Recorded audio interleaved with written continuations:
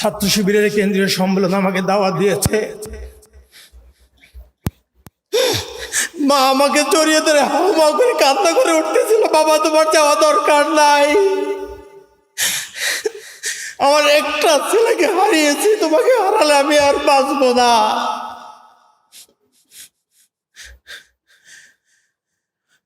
ওসমান হাদি যখন রাজপথে বক্তৃতা দিত, ফ্যাসিস্টদের চোখে চোখ রেখে শাহবাগে দাঁড়িয়ে নারায়ে তাকবীর স্লোগান দিত।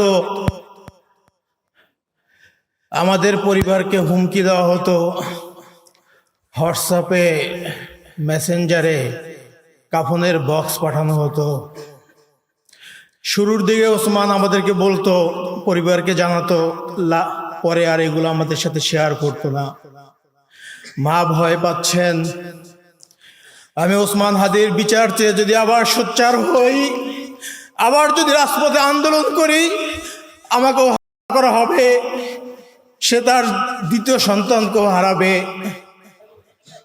আমি আম্মাকে সকালে যখন বাসা থেকে বের হয়ে আসছি, একরকম না বলেই আমি বের হয়ে আসছি। প্রিয় ভাইরা আমার, আমি ওসমান হাদির ভাই হিসেবে এখানে উপস্থিত হই নাই। আগেও বলেছি, আমি শহীদ ওসমান হাদির গর্বিত ভাই হতে চাই নাই। আমার বাবা মারা গিয়েছিলেন 2012 সালে। সেই 2012 সালের থেকে আমরা দুই ভাই একই বাসার কাছাকাছি থাকতাম। জুলাই আন্দোলনের সময় রামপুরাতে দুই ভাই একই সাথে আন্দোলন করেছি, একই সাথে পুলিশের ভয়ে পালিয়ে পালিয়ে বেরিয়েছি। 5ই আগস্টের পরে আমার ব্যক্তিগত ব্যবসা বাণিজ্য সব ছেড়ে ইনকিলাব মঞ্চ প্রতিষ্ঠা করার জন্য ওসমানের সাথে দিন রাত এক করে আন্দোলন করেছি। ওসমান আমাকে বারবার বলতো, ভাই আমি যদি শহীদ হয়ে যাই, এই আন্দোলন আপনাকেই কন্টিনিউ করতে হবে, আপনি যথাসম্ভব চেষ্টা করবেন একটু ক্যামেরার পিছনে থাকতে, একটু আড়ালে থাকতে, মানুষ যদি বুঝতে না পারে আপনি আমার ভাই। ওসমান হাদি যতদিন বেঁচে ছিলেন, যারা আমাদের ইনকিলাব মঞ্চের কর্মী ছিলেন, এখানে অনেক ভাইরা আছেন যারা আমাদেরকে চিনতেন, প্রত্যেকটা আন্দোলন সংগ্রাম মিছিল মিটিংয়ে আমি তার সাথেই ছিলাম, কিন্তু কখনো সামনে আসার প্রয়োজন মনে করি নাই। কিন্তু আজকে আমার ভাই শহীদ হওয়ার কারণে তার বিচারের দাবি নিয়ে আপনাদের সামনে আমাকে হাজির হতে হয়েছে। প্রিয় ভাইরা আমার, ওসমান হাদির চিন্তা চেতনা, চিন্তা শক্তি সারা বাংলাদেশে মানুষের কাছে পৌঁছে দেওয়ার একমাত্র মাধ্যম হতে পারে আজকে যারা এখানে উপস্থিত হয়েছেন।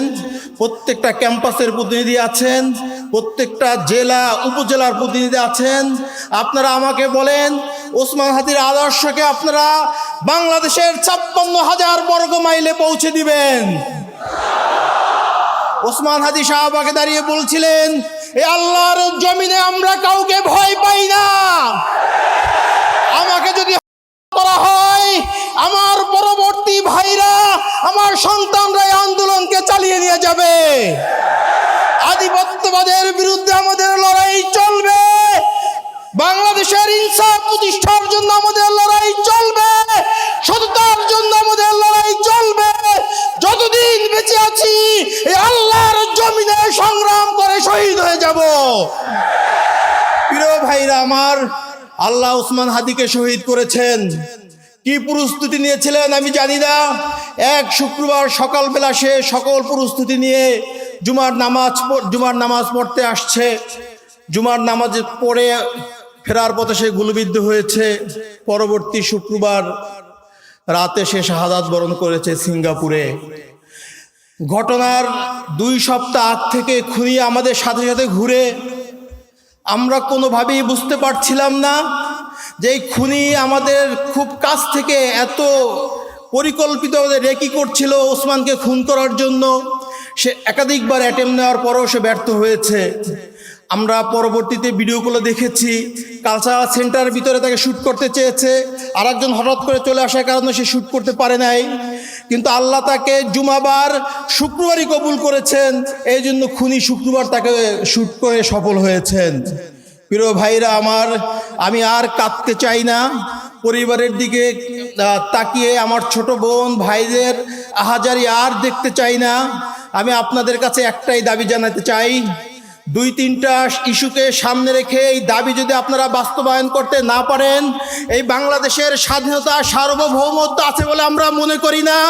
যে স্বাধীন বাংলাদেশে আল্লামা দেলোয়ার হোসেন সাঈদীর সাক্ষীকে ভারতের কারাগারে পাওয়া যায়, যে ওসমানের খুনি করার 6 ঘন্টার ভিতরে বাংলাদেশ বর্ডার পার করে যায়, এই দেশের স্বাধীনতা সার্বভৌমত্ব আছে বলে আমি বিশ্বাস করি না। প্রিয় ভাইরা আমার, এই 56,000 বর্গ মাইলে আজাদির লড়াই আপনাদেরকে শুরু করতে হবে। এই মুসলিম বঙ্গে মানুষের মুক্তি আসা না পর্যন্ত আপনারা করে ফিরে যাবেন না, আমাকে ওয়াদা করেন।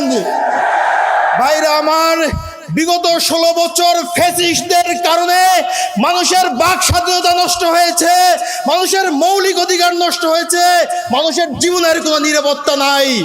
আমরা ঠিক সেই আশঙ্কাই করতেছি, আবার সেই ভয়ের রাজ্যে বসবাস করার দিকে যাচ্ছি। আমাদেরকে মানুষ ভয় দেখাচ্ছে, সামনে নির্বাচন, তোমরা এই খুনের দাবি তুলিও না, এদেশে আবার কোন সরকার ক্ষমতায় আসবে, তারা তোমাদেরকে কথা বলতে দিবে না। আমি আপনাদের কাছে বলতে চাই, কোন সরকার ক্ষমতায় আসবে কি আসবে না সেই সিদ্ধান্ত জনগণ নিবে। যদি আপনারাই কোন সরকার ক্ষমতায় আসবে, আওয়ামী লীগের মডেলে নির্বাচন করে আবার আধিপত্যবাদীদের ক্ষমতায় আনতে দেন, এর জন্য আপনারাই দায়ী থাকবেন। প্রিয় ভাইরা আমার, ওসমান হাদির ভাই হিসেবে বলতে চাই নাই, একজন সহযোদ্ধা হিসেবে বলতে চাই, আগামীর বাংলাদেশ কিভাবে নির্মাণ হবে সেই সিদ্ধান্ত আপনাদেরকে নিতেই হবে। আপনারা যদি এখান থেকে পিছপা হন, কোন ধরনের আঘাত করতে চান, পার্শ্ববর্তী রাষ্ট্র হোক, বাংলাদেশের মধ্যে কোনো ডিপ স্টেট হোক, কারোর সাথে যদি আপনারা আঘাত করে আবার এদেশে ফাঁসিবাদ কায়েম করতে যদি সহযোগিতা করেন, আল্লাহর কাছে আপনারা দায়ী থাকবেন। প্রিয় ভাইরা আমার, ওসমান হাদির রক্তের বিনিময়ে এই বাংলাদেশ আধিপত্যবাদ মুক্ত হোক, এই বাংলাদেশে ইনসাফ কায়েম হোক। ইরান এবং তুরস্ক ব্যতীত দুনিয়ার সকল মুসলিম রাষ্ট্রগুলো অদ্যাবধি পর্যন্ত প্রত্যক্ষ এবং পরোক্ষভাবে কলোনিয়াল শাসকদের অধীনে চলে গিয়েছে। আজকে কলোনিয়াল শাসকদের অধীনে থেকে আমরা শুধুমাত্র রাজনৈতিক স্বাধীনতা হারাই নাই, স্বাধীনতার অর্জনের পর অদ্যাবধি পর্যন্ত আমাদের সবচেয়ে বড় সমস্যা যেটি, সেটি হলো আমাদের সাংস্কৃতিক স্বাধীনতা, আমাদের আইডেন্টিটি, এটি মুসলিম রাষ্ট্রগুলো বেশিরভাগ ক্ষেত্রে হারিয়ে ফেলেছে। এজন্য প্রফেসর ডক্টর নেসরুদ্দিন আরবাকান বলেছিলেন, bizim sorunumuz kalkınma değil, bizim gerçek sorunumuz kimlik değil। তিনি বলেছিলেন, আমাদের সবচেয়ে বড় সমস্যা মুসলিম রাষ্ট্রগুলো উন্নয়ন নয়, আমাদের সবচেয়ে বড় সমস্যা হলো আমাদের আইডেন্টিটি সমস্যা। আজকে যদি 2025 সালে দাঁড়িয়ে এই 101 বছরের ওসমানী খিলাফতের পতন পর মুসলিমদের দিকে তাকাই, তাহলে একথা আমাদের বলতে দ্বিধা নাই, আমাদের মুসলিম জাতির সবচেয়ে বড় সমস্যা আমাদের আইডেন্টিটির সমস্যা, এটি কালচারাল আগ্রাসনের কারণে, কলোনিয়াল রাষ্ট্রদের কারণে।